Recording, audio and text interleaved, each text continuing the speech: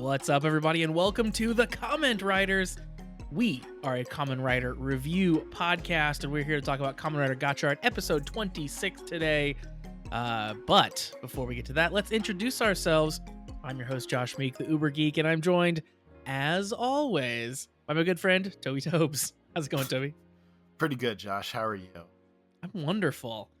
We're all caught up now on Gotchard. We're not watching 2 episodes a week anymore. We're back current. Feels good. Excited about it.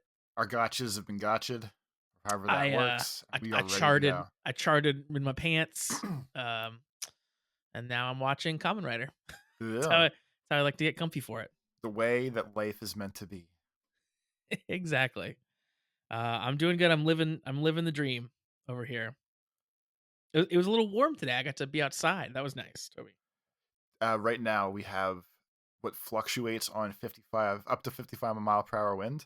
Oh, good. So I'm anxiously awaiting that there's no rainstorms like Mondays usually, but there is Yeah. a windstorm, and that will take the power out just as good as the rain. Yeah, maybe better even. Like it's pretty effective at that. So The wind took a tree into our driveway just the other day, and I had to go and play Chainsaw Man and chop I was shit gonna up. say, did you have to deal with it yourself? Yeah. Yeah, well, so like That's luckily it didn't fall in the cars, which is the main fear or situation we'll call it. Yep, that'd be bad.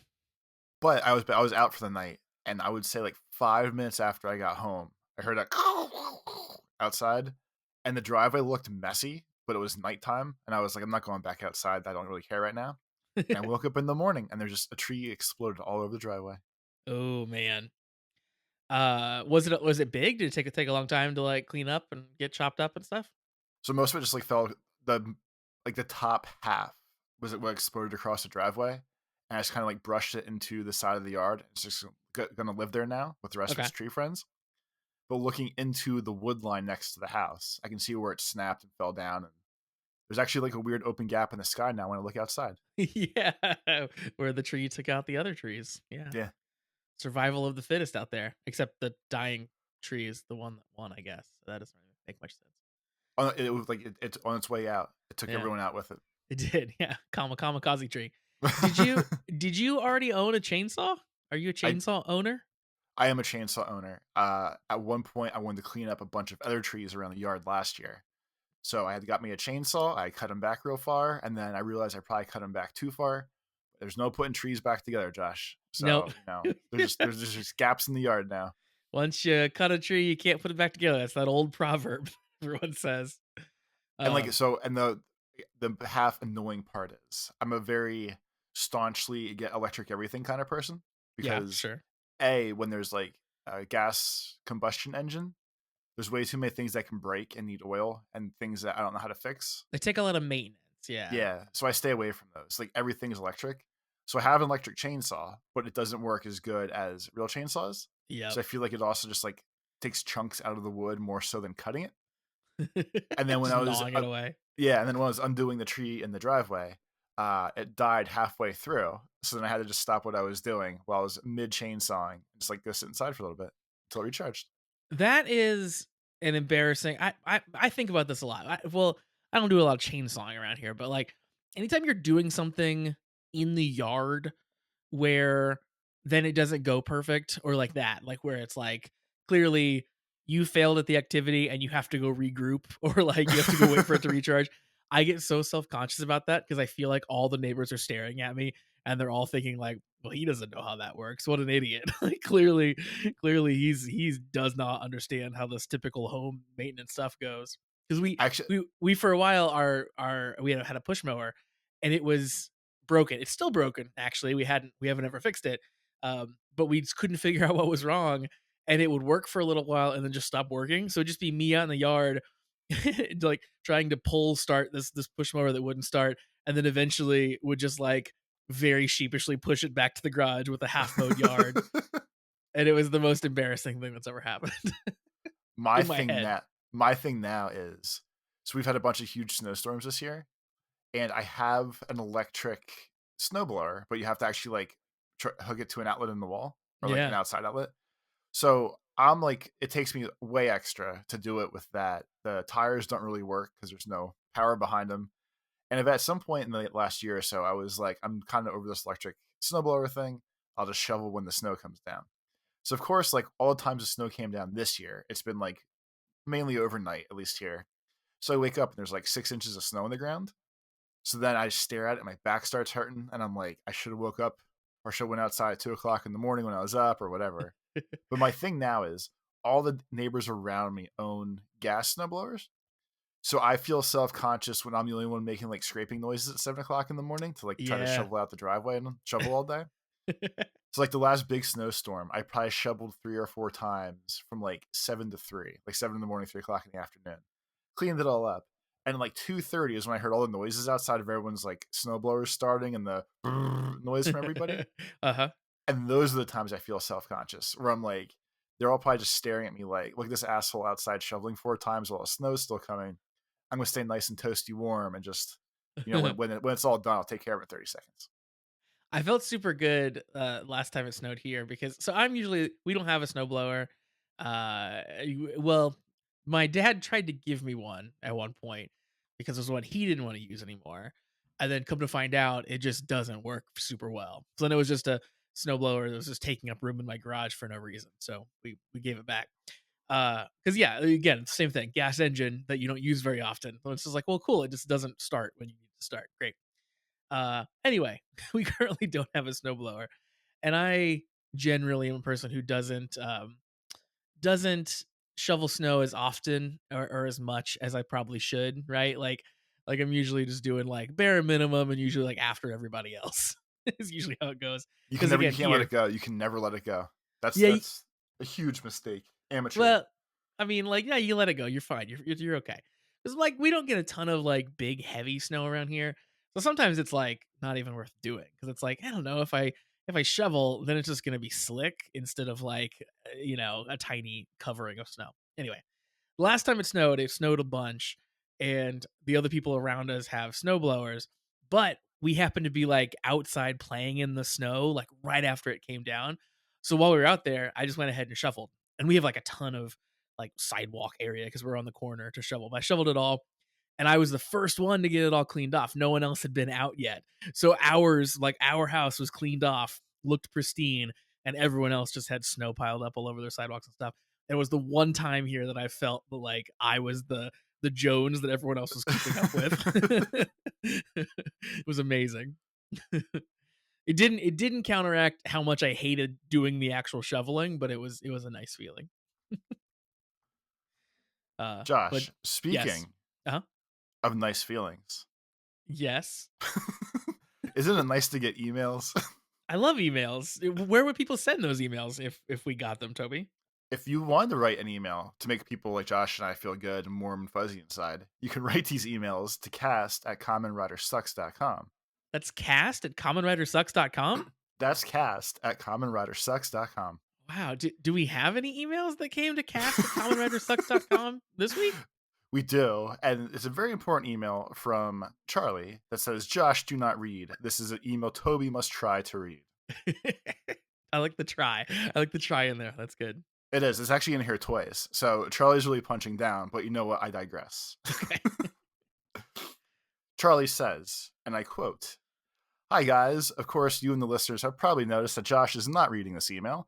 Well, that is because I've come up with a fun little game for this episode. Can We I all just know stop real quick? Let me just stop for a moment. I just need to address the anxiety it's giving me right now that I'm not reading this email. I've the control that I've lost of this process, and the fact that clearly this is a game that I'm playing now and I don't know what it is. A lot of stress is coming on to me right now. I just wanted to point that out. That's all. That's I all. want to point out that I have a very good reading flow going, and now you distracted me. I And now did. if I fuck up for the rest of the email, it's not my fault that I once again can't read. I was All right, that could be my I fault. was That's fine. kiboshed by my co-host Josh. Kai Josh. There you go. We all know Toby's a big fan of Kingdom Hearts and will references at every opportunity, so I thought we'd make a game out of it. Oh no. Josh, Toby is going to attempt to read a series. Wait, see the goddamn it. Josh, Toby is going to attempt to read you a series of quotes, and you will have to guess whether they're from Kamen Rider or from Kingdom Hearts. Okay, this is good. All right. So, I'd say we're probably about 50-50. So from how many quotes there are, half will be Okay. Kamen Rider, half will be from the greatest game ever, Kingdom Hearts. And I believe you should know the Kamen Riders that they are, so that you have the best chance of at least knowing what some people would call the right half and what some people would call the wrong half. All right, we'll see how this goes. I'm excited. Here we go. I am a man who walks the path of the heavens to rule over everything. I think that's Common Rider. Do you have a guess of which one? If it is Kamen Rider. Oh God. Like it sounds like something that would have come from like later episode Geats, but I don't remember it there. But I'll say Geats just because that sounds thematically correct. Okay, it's a Kamen Rider Kabuto. Ah, okay. Do you know that one? I have not watched it, but I know which one it is. Yeah. Okay. Next, I'm gonna try once again to read the best of my abilities. The heart may be weak, and sometimes it may even give in. But I've learned that deep down, there's a light that never goes out. That's either Kingdom Hearts or Kuga. It's one of the two. I'm gonna say Kingdom Hearts though. Correct. That is a Sora quote. The Okay. king of the heart himself. Wait. Oh yeah. Is there a King of the Heart in Kingdom Hearts? Do they call him No, the? no. Oh, okay. Sora's friendship. Sora's power is his friendships. Okay. That's the real key to the heart. Fair enough. I All thought right, the key was. I thought the key was a sword. it's a blade. It's not a Fair enough. sword. Fair enough. All right, the next one you better get. Your existence is a no, thank you.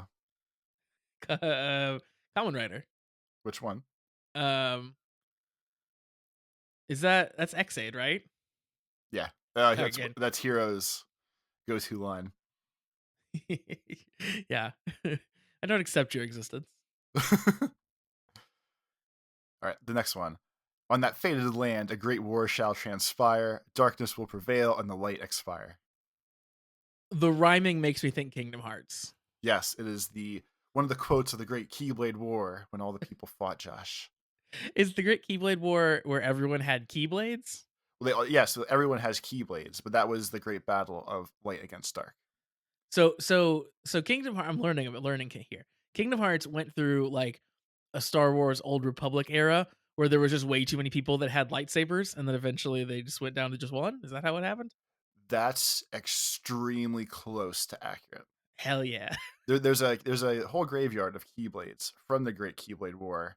There used to be like thousands of people. Some of the silly phone games are basically like you training your random no-named Kingdom Hearts character to go fight in the war, which in turn dies in the end of the one series.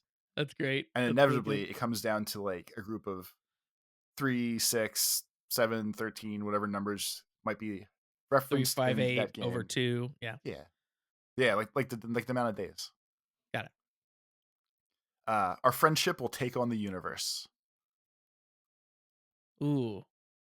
I initially that does sound Kingdom Hearts. So I'll go with my gut and I'll say Kingdom Hearts. That's a Kamen Rider Forze or Ah, Force or whatever okay. their stupid name is. All right. I haven't watched that one either.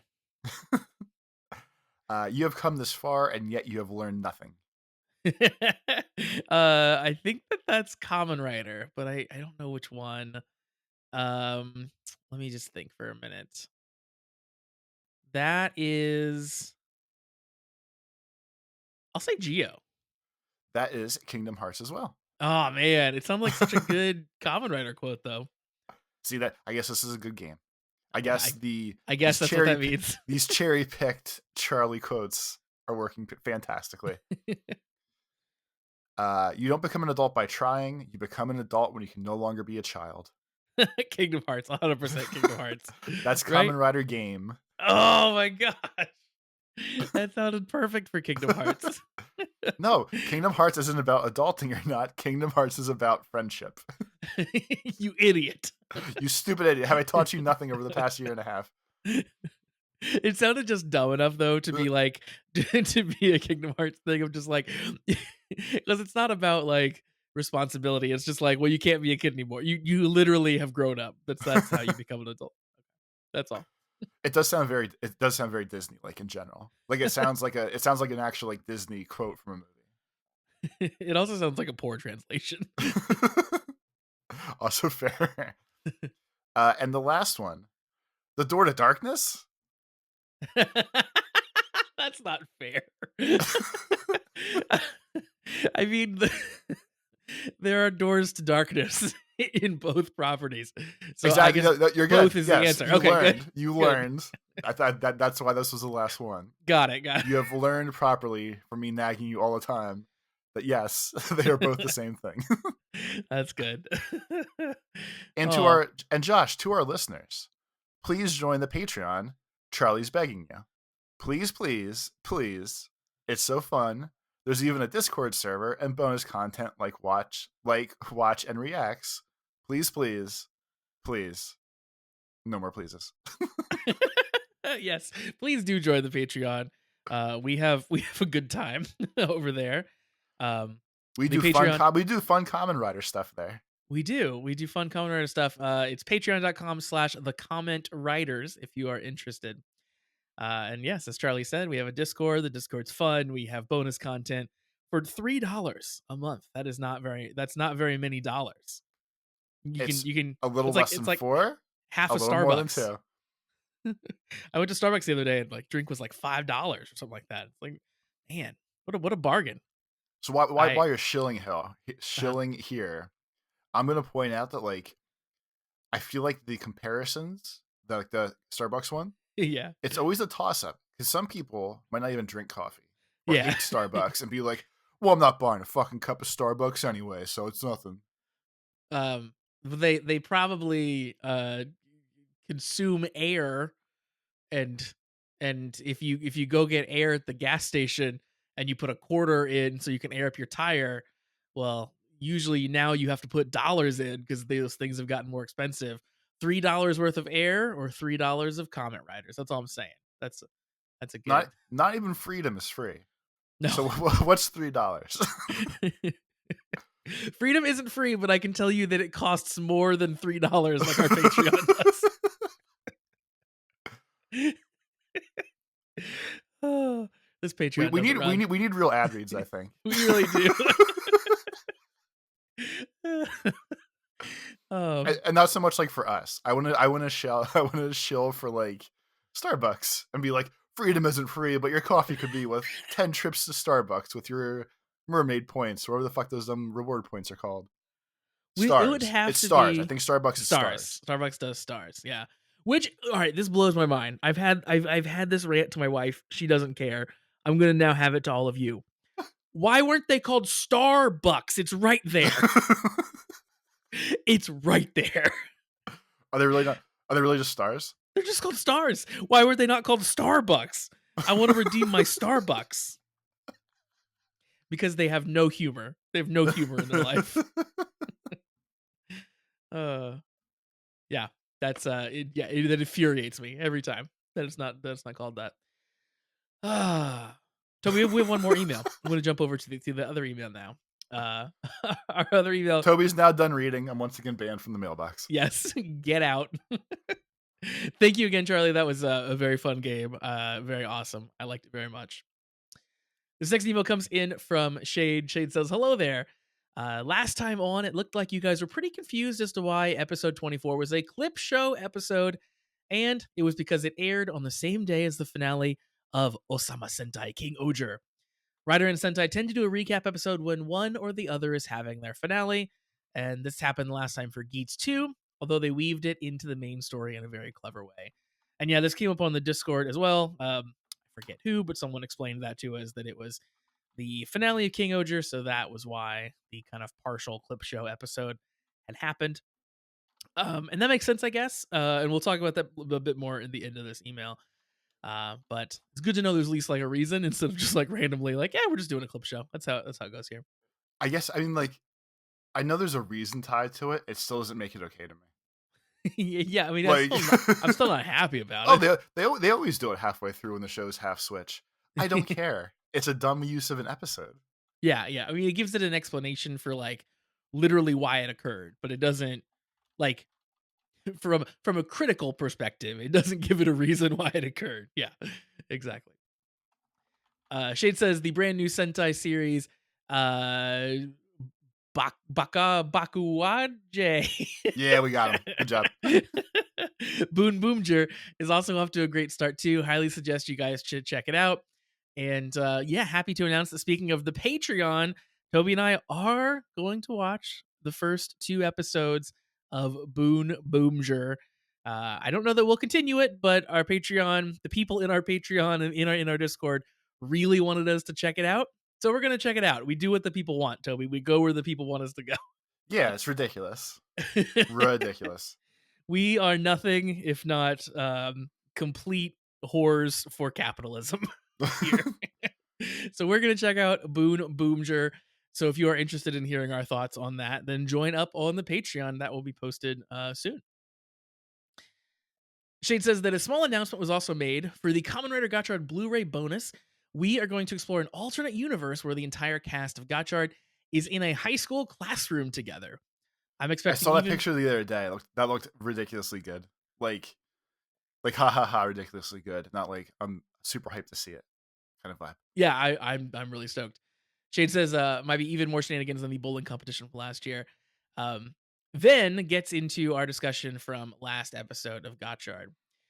Shade says the last time you guys also talked about why Minato weirdly blames himself for all those kids dying, and at first I thought it was pretty weird too. But then I kind of thought about it a while rewatching the episode, and maybe he blames himself because he should have believed that Garion's the traitor right away and tried to defeat him instead of just handcuffing him? Question mark. Like maybe, but that still is pretty flimsy in terms of like, you know, like he literally was saying I killed this kid. Like they were saying you killed this kid. Like it's one of those things that happens for narrative reasons and doesn't actually happen for like real life explanations still, I think. Shade says, then there's also the question of why he didn't say anything for the past 10 years. I had no idea how to explain this until Josh made the horror movie analogy. He was just scared. It makes a lot of sense if you think about it. Garion specifically didn't erase his memory as a way of saying, you remember this. If you do something like this again, if you do something I don't like again, I'll kill another kid. Finally, I was going to type all this out, but figured it would save me a lot of effort, so I'll just share the source. Someone on Reddit has been translating the producer's blog on Kamen Rider Gotchard, and I think they're super interesting. So it looks like, yeah, this has been happening at least for the past few episodes. And yeah, I guess on the official Kamen Rider website, they do a big like write up of like bits and pieces of information and interesting tidbits and facts and stuff after each episode. And someone actually is going through and actually translating all those, which is very cool. So one thing that I saw just in glancing, I'm going to go through and read these closer later, but just in glancing through it so far, one thing I saw, speaking of the clip show, was they talk about the fact that like doing a clip show obviously is cheaper. So you don't have to spend as much shooting the episode since a portion of it is like scenes that you've already filmed, right? So that's maybe they hinted that kind of being the reason why they do it during finales, so that way maybe the other show can take some of that budget for the week, it sounds like, and do a little bit of a blowout, so then the other show that isn't doing its finale has a clip show to kind of make up some of that cost. Again, budget-wise, that makes sense. It makes sense why you would do that. But they also Damn point out capitalism got us again. got us again. But they also point out that they don't want a clip show to just feel like something that you can skip, that you don't have to watch, which is why they also did the Iron Gotchard debut in the same episode. So it felt like something actually important happened, even though a portion of the episode was a clip show. So anyway, That's I both thought, crafty and annoying and stupid. So I guess it does work. But yeah, I do get the vibe of I'm not very happy about this. But like you said, we haven't seen Iron Gotchard, so yeah, they exactly, know yeah. what they're doing. They do know what they're doing. So yeah, I thought that was cool. I wouldn't have gotten that insight otherwise. Shade points out a couple things that he found that he liked from those recaps, and one of them for episode 24, they mentioned that in terms of one-to-one fusion between a Kemi and a human, Iron Gotchard is closer to a Malgam than to a Kamen Rider. So the reason why Hodoro hasn't become a liner Malgam is because he doesn't have malice in his heart, and because of his bond with Steamliner. But it does explain why the like forbidden alchemy is like destroying his body and why he gets so tired, because he's kind of becoming a weird amalgam with this Chemi card instead of like henching like a regular Kamen Rider would. Which is interesting. I like that. Yep. Whenever there's lore reasons, I will say it's okay. So that it checks out. And then in blog 26, so the one for this episode, they explain that Kudo's dad was the one who created the seal a Chemi into a card system. So that's kind of cool. He created that whole Chemi card thing. And that we'll talk about it this episode, but his artificial body was made from a liquid doll, which explains why it was wearing different clothes. And also, it seems like the doll's movements were somewhat restricted, which is why he doesn't just, I guess, like do everything himself. Is what Shane says here, but I think that's a good explanation for just like why the actor is old too. But yeah, that's really cool. So I'm gonna go check those out. I hope the person keeps posting those because that's very neat to read some of that behind the scenes stuff. And then we got a late breaking email coming in right now. This one comes in from Toby Tobes. Uh, Woo! this is, did you see the back on live theme? Yeah. Did everyone watch the video of Back On at X Flow? Did at the Kamen Rider Super Show thing? Played the theme live. It's the greatest video ever. Can I admit something to you? I haven't You watched didn't it yet. watch it like a dick? I'm sorry. I meant to and then I forgot. I've watched it 4 times now because you know how hyped I was about that song. I do. Yeah. And the whole I'm not going to ruin it for the people out there. There's a whole vibe to it, like a whole mood, a whole shenanigans. And I'll be honest with you, Josh. Please do. I've told you vague stories. My brain's against me a lot, as I tell you all the time. It makes me think dumb things or dumb things pop in there or whatever. I watched the video the first time, and by the end of the video, for absolutely no, I mean, I know my reasons why, but by the end of the video, I was crying because I was so happy about it, and I was laughing at myself for crying. And then that would make me cry more, and then I would laugh more.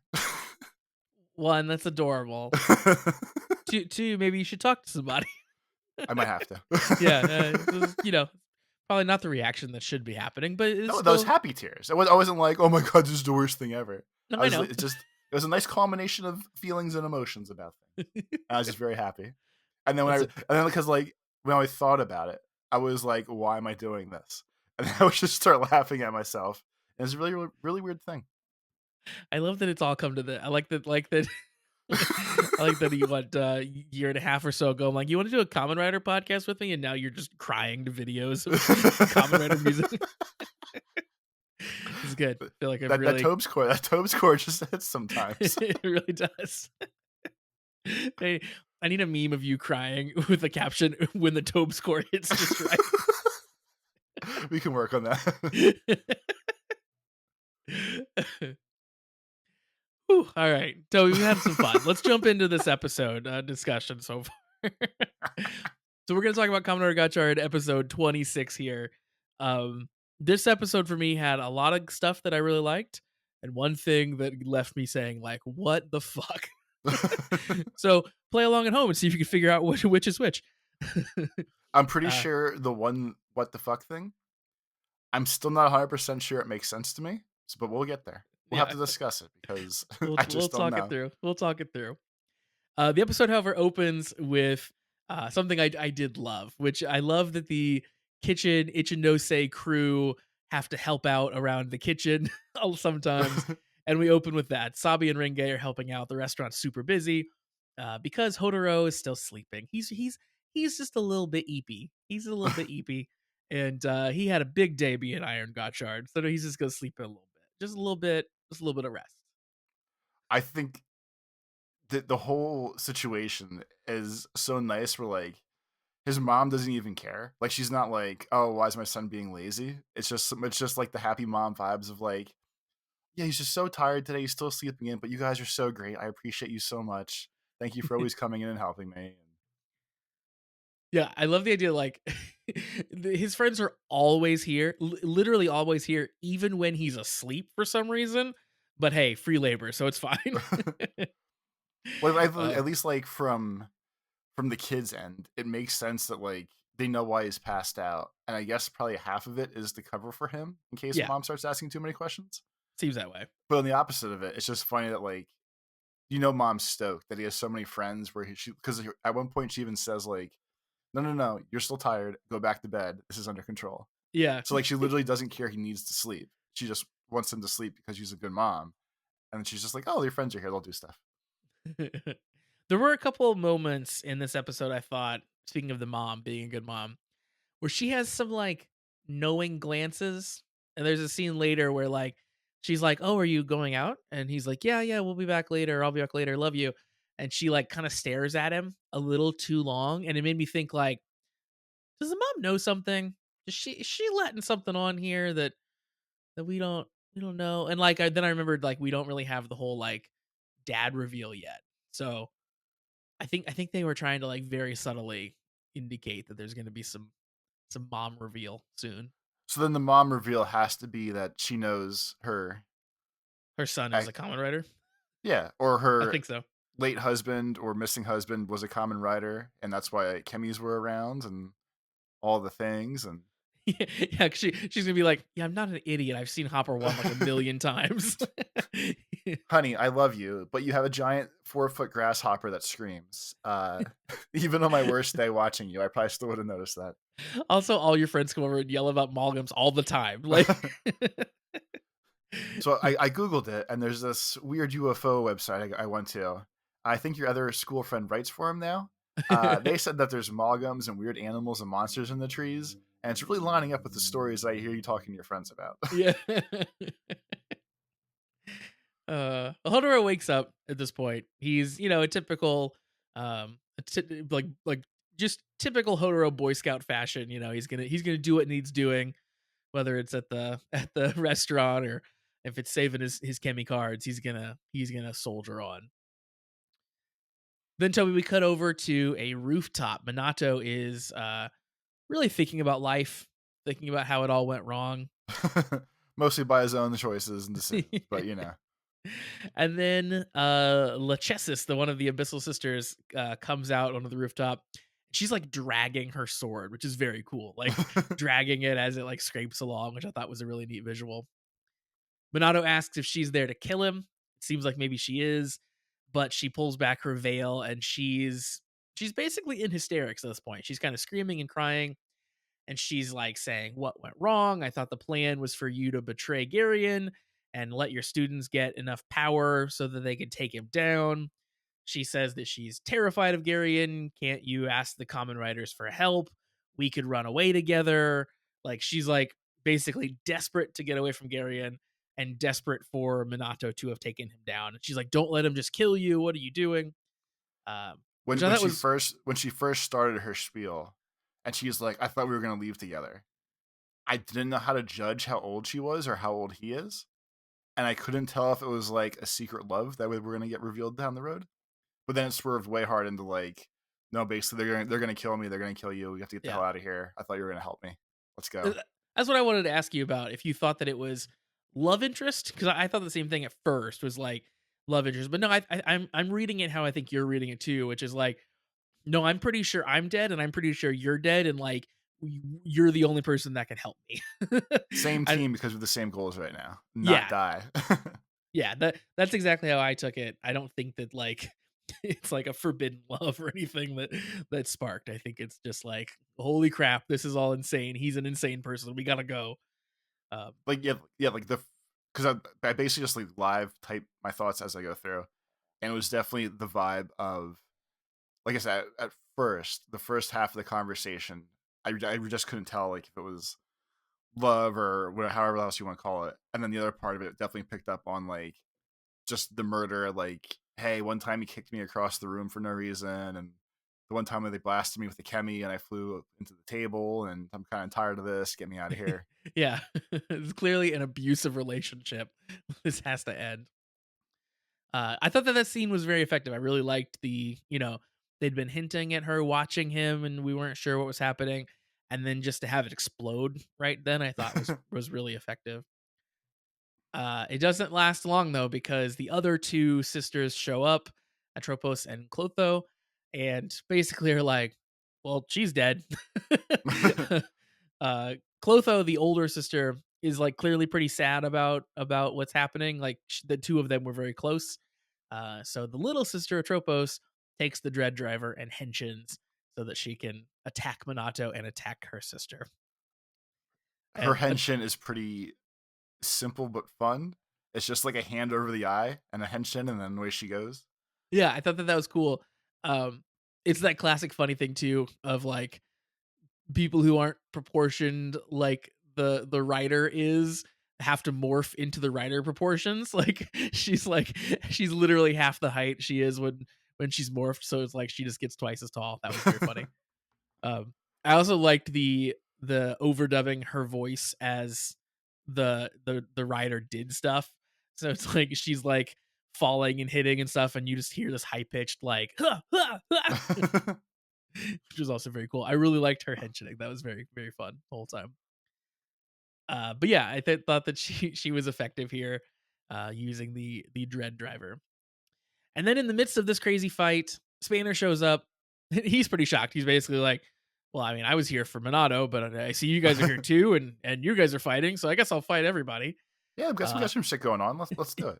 yeah, let's fucking rumble. Let's go. But in the midst of the fight, it doesn't last very long. The let's see, Minato kind of pieces out. The sister, who's now a traitor, kind of runs away, and the other two sisters sort of like phase out again as well. So leaves kind of Spanner just like hanging out by himself. We got places to be, and hang out with Spanner's not one of them. Not one of them. No one wants to hang out with Spanner. We cut back to the restaurant. The rush is over, and Hodoro instantly falls back asleep, just kind of laying on the floor. And his mom covers him up with a coat because he might be cold. I thought that was adorable. She's a good mom. She's one of the Uh, best moms in media. she really is.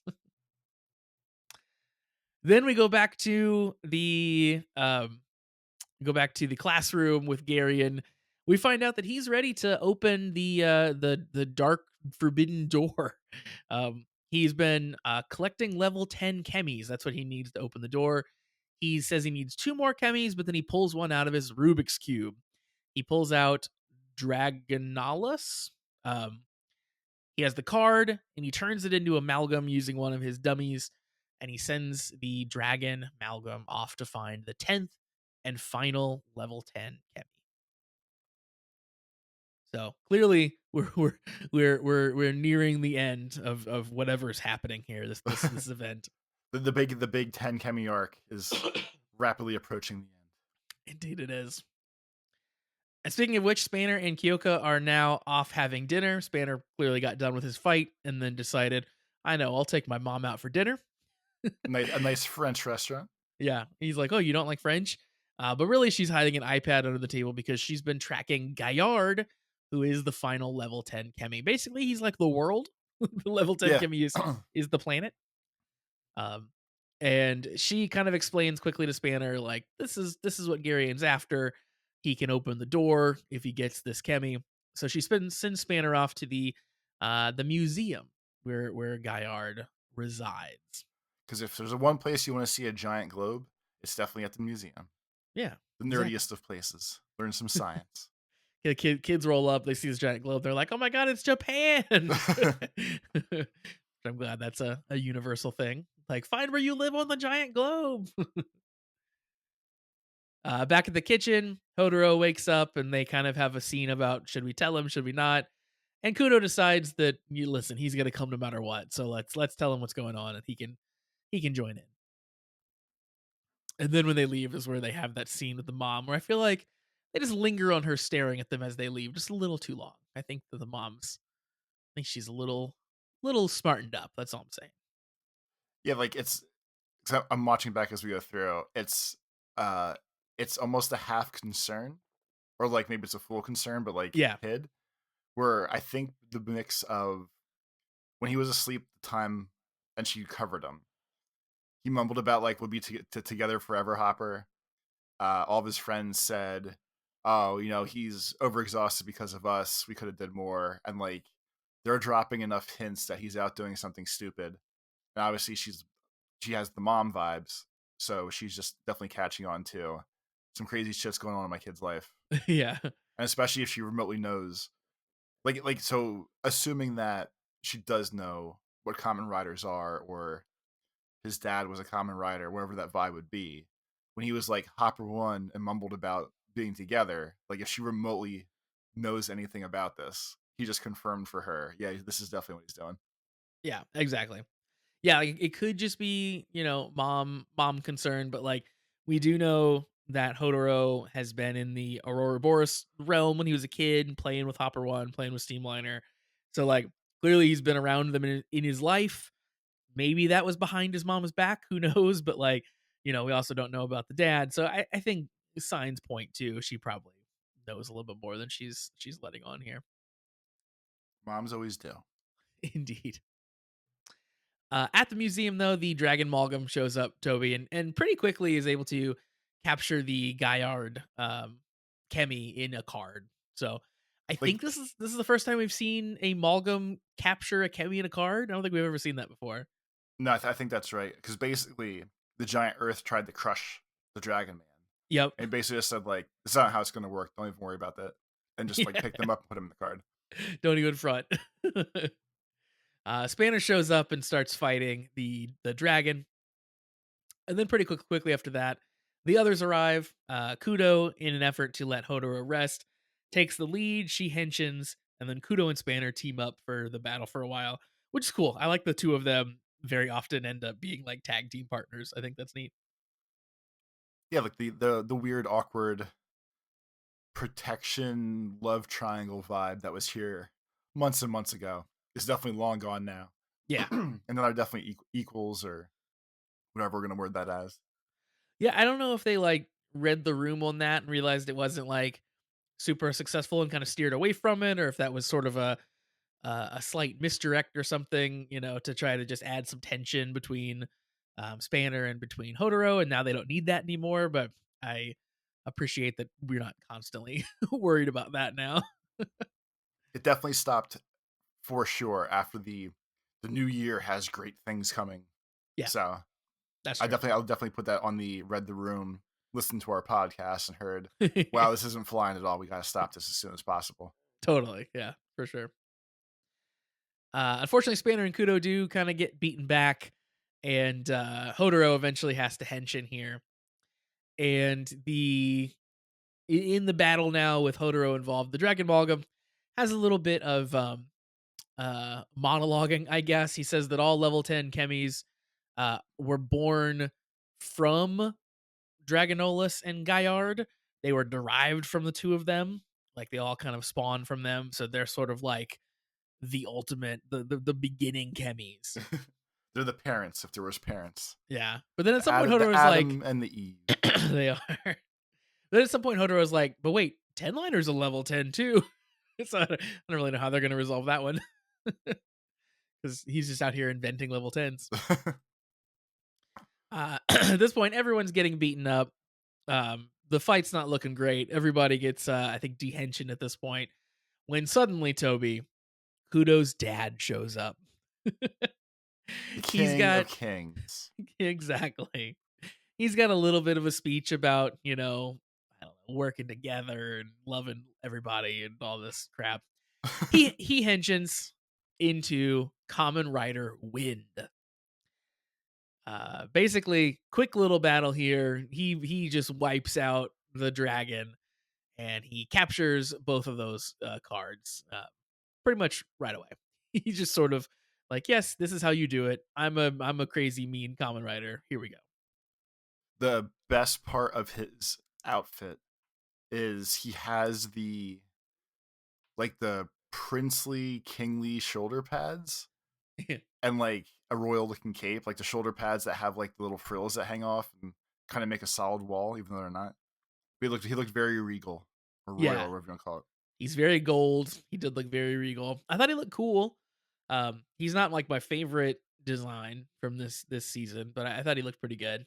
He definitely stands out from the other riders, which is nice. Like he looks very different, which I appreciate now after we've watched so much Xaid, where every rider just has the Xaid face. So it's nice that everybody kind of looks pretty unique here. But we'll talk more about him in a second. But the thing to talk about here is basically right after this, he gets the cards. He says you're relying too much like capturing the chemis. Really, you have to work with them. Blah blah blah. And then he gets cut down, knife through his chest. Garion just murders him, murders him, and takes the cards and leaves. And then this is my big WTF moment. He has this like dramatic death scene. You think it's going to be very powerful. He tells Hodoro to go to the Aurora Boreas realm. He's opened a gate for him. You got to go take Garion down. Like our future's with you. And then he just fades away into a red mist. And turns out his body was just a body double made from alchemy. What does that mean? So that was the part I wasn't sure of. I thought that's how I read it, and I was mentally doing this properly. Uh, he made Kudo cry, so obviously she didn't realize it was a body double. Nope. So I would assume he's still hiding somewhere and just sent like a projection to come help for a little bit. Right. Like that's the question. Like, does that mean that he's alive, or did he make this body double before he died, and this body double's just been running around since then? Like, so many questions still. Because if he said I'll see you again, I promise. There's either a second body double coming, or he's coming, or something's happening. Oh my god! Please make it a second body double. That'd be so good. But like, uh, obviously there wasn't like tons of drama and time to become attached to him and everything else. But it's basically the weird vibe of the end of the one season of Stranger Things that pissed me off when when Hopper died, and 11 was like, "Holy shit, I lost my dad," and cried and cried and cried, and then like 30 seconds later he came back to life. Yep. Yeah. Like that was I bitched about it in one other episode. I Yeah. might We've do that talked one about next it. season. Yeah, Yeah. but same thing again. Like let him at least fade out on him dying, so I don't get spoiled on it instantly. I can bitch next week about that's dumb. He fucking melted and came back. Yeah, at least Uh, give it a week for God's sake. Like to give us that emotional scene and then undercut it instantly was the dumbest thing ever. Like why? Why or even say it like right then? let him stay a body. Let them make plans to handle the body, like cremation, burial, whatever, Sure. and then like let this like put a note on him, or when you cremate him next week and you've accepted him being dead, then he turns into red mist, and they go, "Wow, humans don't do that." And then someone just knows, like, "Oh, well, chemi projections don't take human forms." Like, good, this wasn't your dad. He must still be out there somewhere. Blah blah blah. Yeah. Yeah, they could have made that mean so much more. But instead of getting two scenes that felt like they had meaning, you got one scene that had no meaning. Because yeah, you could have done because the way that they played the reveal of like, oh, it's a body double. They had Sabi say it as if it was like it had no impact, as if it was just like, oh well, clearly he was a body double. Let's move along. Oh, let's get in the 10-liner. Okay, here we go. Like they didn't give that any weight of like what the heck does that even mean? And also, he presented again that fact as if it was just like common knowledge that like alchemists can just make perfect body doubles of themselves, but like that's never come up yet. And you think that if it could happen, they would have mentioned it before now. So like it's weird that Sabi knew about it so well that he was just like, "Oh, that's what that is," and no one thought that that could be a thing that has happened before then. It's just so strange. Uh, I guess we saw the dead Spanner parents get brought back, but they were also like, and that was different, right? That was like evil magic alchemy or something. You wouldn't Yeah. have thought the good guys could do it, but I don't know. It's just so strange. And then yes, so many other questions then come from that. I'm just like, is he still alive? Is he hiding? Did he just send this body double? Then you think about last episode. This is what also got me, Toby. So last episode, he shows up and he's like, "Listen, I can't explain now. We'll have time for all the questions that you want, but we gotta go. We gotta go fix things." This episode starts and he's nowhere to be seen, and no one is like, "Where'd your dad go?" Like the last episode ended, they didn't get their answers. This episode starts and they're not like, "Well, we should probably go talk to your dad and figure out what's going on." He shows up and they're like happy to see him, of course. They get to see his little henchman. And then he dies before he gets to answer any questions. That's peak comedy right there. Well, even like they could have like when he was dying, I feel like he could have said like, "Hey, I'm actually okay. Yeah. This is just a copy of me. I did this. You kids had to believe it, so you wouldn't ruin it accidentally and react differently or not freak out or whatever." And that would have been okay too. Yeah. Hey, don't be sad. Seriously, I'm hidden somewhere. It's okay. But no, didn't happen. Nonsense. Yeah, All nonsense. nonsense. Just nonsense. Yeah, that was the one thing this episode. I'm just like, what are we doing? What is this? And then the episode ends. Last couple things we see, as I mentioned, 10-liner picks them up. They head out to Aurora Boreas realm, where they're clearly going to confront Garion because he is in the Aurora Boreas realm. He's added all the cards he's collected now to his collection up in the sky. They all form into rows. He's got the full collection, and all of the chemis, including Hopper One, are screaming in pain. They're all I getting dark and twisted and scary and spooky and all the bad things that chemis can do. Yep. I thought that I thought Hopper One specifically screaming was the perfect Gotchard like darkness that we know that they can do sometimes. Like it harkened back to like the wrestler G screaming and crying. It was like, man, when they want to, they could just really make things just go a little too far. So that brought me back a little bit. Hopper One crying. So there's a lot of threads here, I think, that are interesting, Toby. I think that there's stuff that I really like. I still like what they're doing with Monado. I thought the traitor Abyssal Sister was very cool. I like where all that's going. Just my big beef was the whole dealing with Kudo's dad. That whole thing was just strange. What are your thoughts? I think of all like I know we're not smart necessarily. We're not writers. Not like writers. I have to enunciate a little bit on that. We're not writers. We're not Or writers? showrunners. We're not Yeah. any of these things.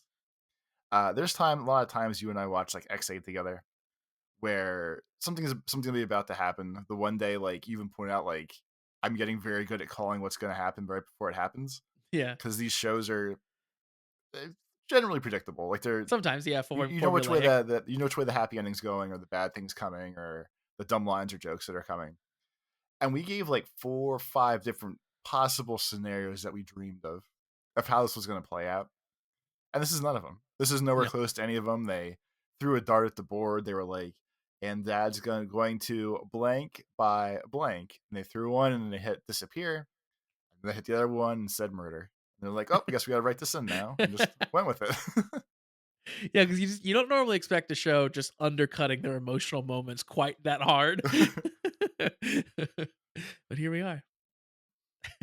Speaking of being very predictable shows, I watched some live HGTV last night, Toby, because it happened to be on, and I don't know if you've ever watched any home and garden television, but they're all home makeover shows now, and it's all like a couple where one of them is the realtor and the other one is the Like the craftsman, contractor. yeah. Yeah, yeah, and they bring these cute people to these cute homes, and they're like, "I like this house, but what if we put like twice the amount of money that I paid for it into it, so then I make it all white?" Like, okay, that we can do that. Let's do that. So it's one of those shows where you get a little invested, and you're like, "Well, I want to see what the house looks like when it's all done." Then you just sit there and you sit through commercials because commercials exist still, and I never watch things on live TV, so I forget that the commercials exist, and then it's just like, oh my god, what am I doing with my life? I've watched like 20 minutes of commercials for like 5 seconds of house reveal at the end of this. Anyway, at the end of this dumb show, like they come back, they're bringing the family home, they're gonna show them the house, and I'm like, I say out loud as we're watching this, I'm like, well, they're clearly gonna have a reaction to the house as they see it, but then they're gonna cut to commercial, and we're gonna have to wait through another commercial break before we see the house. Lo and behold, Toby, that's literally exactly what happens. They open the front door, the family goes, "Oh my god," and it cuts to commercial. I'm like, freaking called it, and I hate that I know how this formula works so well. So then I had to sit through another thing in commercials just so I could watch the dumb, ugly White House, Toby.